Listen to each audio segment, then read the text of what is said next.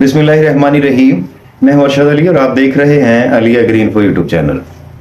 देखिए, हमारी गंदम के ऊपर वो मरहला चल रहा है जब हमारी फसल को यूरिया की जरूरत है, क्योंकि पहले पानी से दूसरे पानी का दरमियानी टाइम हमारी फसल की ग्रोथ का बड़ा अहम वक्त होता है। वो अलग बात है कि बहुत सारी जमीनों में नामियाती मादा कदरे बेहतर है, और ये बात तजुर्बे में साबित हुई है कि जिन जमीनों में नामियाती मादा अच्छा होता है वहां फसल की लुक भी अच्छी होती है और उसका रंग, उसकी ग्रोथ भी मैक्सिमम बेहतर होती है। लेकिन हमारी अक्सर जमीनों में नामियाती मादा भी कम है। तो इस तरह की सूरत हाल में हम फसल को कैसे मेंटेन करें, जबकि मार्केट में पहले यूरिया मिल रहा था लेकिन महंगा बहुत मिल रहा था। लेकिन बहुत सारे इलाकों में तो अब कोरा जवाब है, बिल्कुल भी यूरिया दस्तयाब नहीं हो रहा। अब ऐसे में क्या करें, फसल को कैसे मेंटेन करें?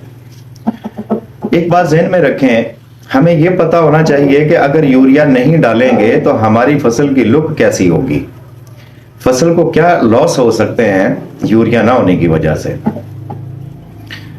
हमारी फसल अपना कलर मेंटेन नहीं रख पाएगी, इसमें पीले रंग की लुक आना शुरू हो जाती है, गहरा सब्ज रंग नहीं रहता। फसल में पचराव की सूरत हाल पैदा नहीं होती, फसल जो है ये तीला तीला रह जाती है, पौधे भी सख्त हो जाते हैं, पौधे बौने रह जाते हैं, पौधे में क्लोरोफिल की शॉर्टेज होना शुरू हो जाती है। अब पौधे का कच्चापन खत्म होना शुरू हो जाता है, और सबसे बड़ा लॉस तो ये होता है कि ये वक्त से पहले ही मेच्योरिटी की तरफ आ जाती है। मतलब अभी इसका टाइम भी नहीं है, वो वक्त से पहले ही सिट्टा बना देती है और छोटे कद पे ही पक के तैयार हो जाती है।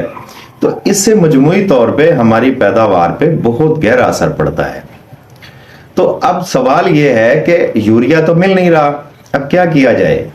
देखें, मैं ये कहता हूं कि जिन फार्मर्स को यूरिया मिल रहा है वो थोड़ा सब्र से काम लें और आधा यूरिया डालें। हमने कोशिश करनी है अपने फसल के क्लोरोफिल को मेंटेन रखें। अब फसल के क्लोरोफिल में बजाय इसके कि यूरिया का बड़ा अहम रोल होता है, लेकिन इसके साथ में जिंक का भी बड़ा अच्छा रोल होता है, मैग्नीशियम का बड़ा अच्छा रोल होता है, और सल्फर भी डायरेक्टली इनडायरेक्टली क्लोरोफिल बनाने में मददगार होता है। तो इस तरह के जो एलिमेंट हैं वो हमें यूरिया की जो कम क्वांटिटी हम डाल रहे हैं या जो हमें कम मिकदार मिल रही है उसके साथ में ऐड करके इस्तेमाल करें। फर्ज कर लें हमें यूरिया आधा बैग मिल रहा है, तो आधे बैग में हम 8 से 10 किलो मैग्नीशियम सल्फेट डाल लें। इससे हमारा पौधे का क्लोरोफिल बहुत अच्छा हो जाता है, फसल कम से कम देखने में अच्छी लगती है, हरी भरी रहती है, अपनी ग्रोथ जारी रखती है, शगुफा साजी भी करती रहती है।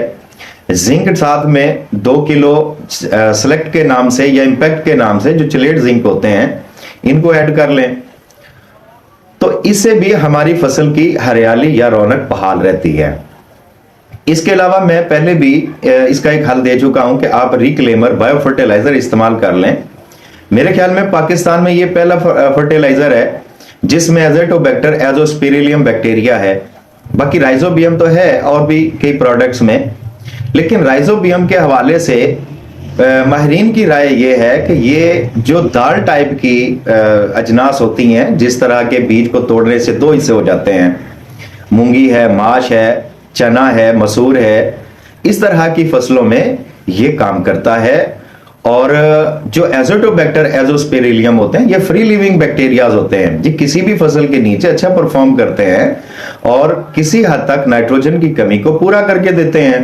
तो आज की वीडियो में का लुबे लुबाब ये है कि यूरिया अगर कम मिल रहा है या यूरिया का कोई अदर सोर्स हम इस्तेमाल कर रहे हैं, तो इसकी कमी को पूरा करने के लिए हम साथ में मैग्नीशियम का इस्तेमाल करें, हम साथ में जिंक का इस्तेमाल करें, हम साथ में नाइट्रोजन फिक्सेशन बैक्टीरिया का इस्तेमाल करें, तो हम वक्ती तौर के लिए अपनी फसल में जो नाइट्रोजन की कमी है या अपनी फसल के कलर को, ग्रोथ को मेंटेन कर सकते हैं। मुझे उम्मीद है आज की वीडियो आप दोस्तों के लिए फायदेमंद होगी। आज की वीडियो में इतना ही, इजाजत दीजिए, अल्लाह हाफिज।